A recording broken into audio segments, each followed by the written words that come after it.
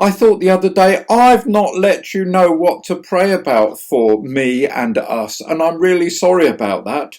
And my goodness me, I need your prayers, and the work of God here needs your prayers. So I am sorry once again. Anyway, let me tell you how things are here, if I may. Firstly, I had a COVID vaccination, and then 4 or 5 days later I got norovirus, and it was very, very, very bad, and I was very, very ill, and they had to call an ambulance for me. So, it was really bad. I'm better now. But then I had about 3 months of not being fully well. I could minister, but I could not work nearly as hard as I normally work, and I was very vulnerable. And I think I'm kind of like okay now. Okay, and we have lost Reverend Chris. He's absolutely finished his curacy. He's now a rector in a new benefice, bless his cotton socks. It was lovely to say goodbye to him and to let him fly the nest, and it was also very sad as well, as you can imagine, because we are great friends, and so it was mixed feelings, but overall good, because it's good for God's kingdom, and it's great for that benefice over there. I've got, of course, my second curate, Jo. She is doing fantastically well, and that is really, really good news. I'm very, very, very happy about that, let me tell you. And so that's good.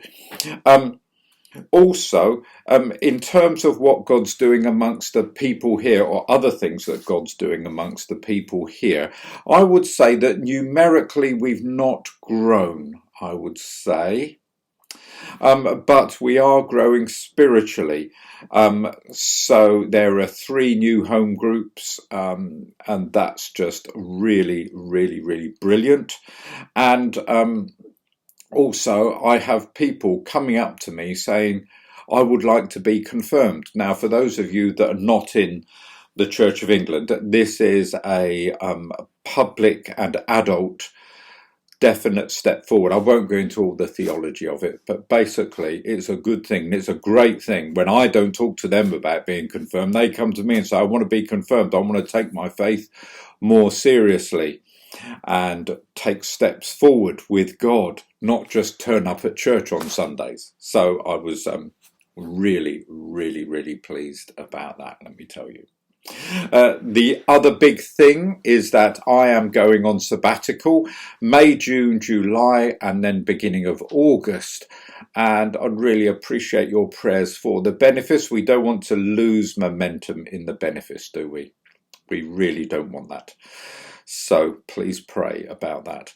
I would really appreciate that, actually. And also for us, because every time you do something new, you can actually take steps forward with God or not. It's not kind of like presumed you will. So I want this sabbatical to be a really good, different, new chapter with God. And let me tell you, I need it. I was going to go on sabbatical in 2020, if you remember, but I felt I would be deserting the church at the beginning of COVID. That's my last church. And that wouldn't be good.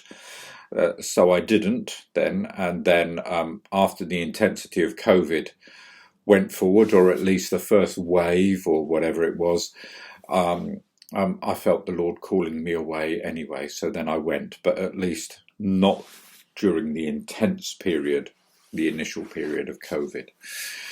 And how do I feel about that as well?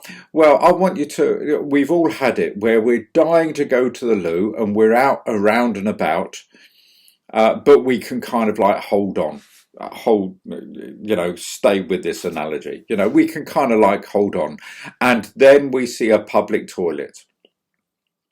And then all of a sudden we can't hold on any longer, can we? And we dash to the loo, well, in a sense, that's what I feel about the sabbatical, that I've been holding on, and now the sabbatical is a couple of weeks away. I just like, I don't know how I'm going to get through the next 2 weeks. I want the sabbatical to start tomorrow, really, in terms of my energy levels and my enthusiasm. So I'd really appreciate prayer for the next couple of weeks, and also for the sabbatical, please. Because, you know, there I am, I'm kind of like going on fumes, if you like, existing on fumes.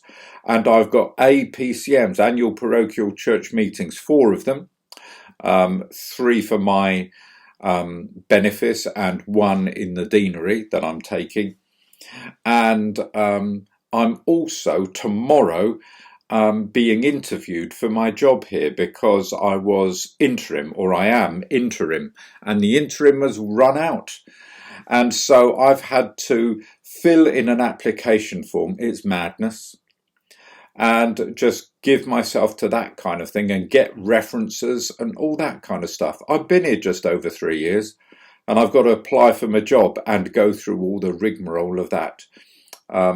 If you hear that I'm moaning, that's because I am, because I've not got the time or the energy for that kind of stuff. Thank you very much.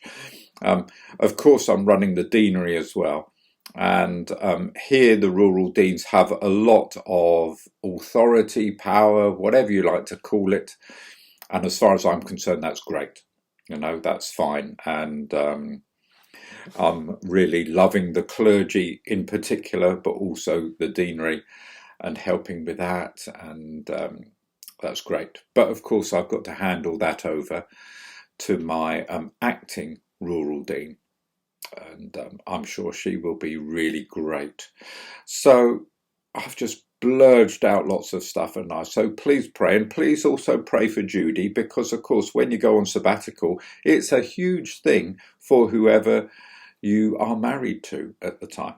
Okay, last thing to pray about, which I think I asked you to pray about last time, can't quite remember, is the living in love and faith thing, etc., etc., because that is really affecting me in terms of spiritual authority and things like that, because I do not want to be a lone wolf. I do not want to say that I'm